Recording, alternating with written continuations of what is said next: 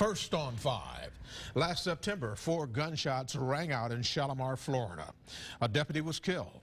The suspect later shot to death by an Okaloosa County, Florida SWAT team. An investigation into the shooting has just been finished, documenting what happened and revealing details never before released. News 5's Debbie Williams has tonight's story.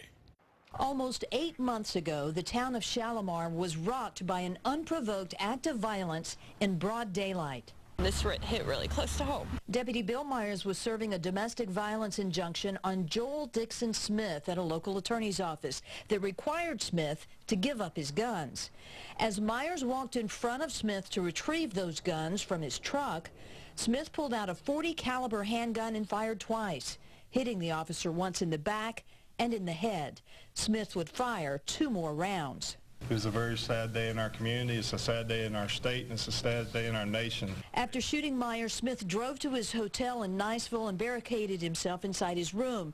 The hotel quickly surrounded by law enforcement, and they tried to talk him out. During the next hour and a half, Smith made numerous phone calls to relatives and friends, making statements like, "I'm going to kill myself. I'm not going to jail." And then a shift, one of his last statements, "I'm not going to kill myself. I'm going to force the officers to kill me." He was fearful of everything. He was just a sick little coward. Last September, Sheriff Larry Ashley told News 5 what happened when tear gas was used to flush Smith from the hotel room. And within minutes, the subject exited the room brandishing a handgun and was engaged by our SRT members. The subject was shot multiple times. The gun Smith pointed at officers, the same one he used to shoot Deputy Myers. Rest in peace, our brother. We've got to watch from here. Debbie Williams, News 5. The final report concludes the actions and choices of Joel Smith led to his death.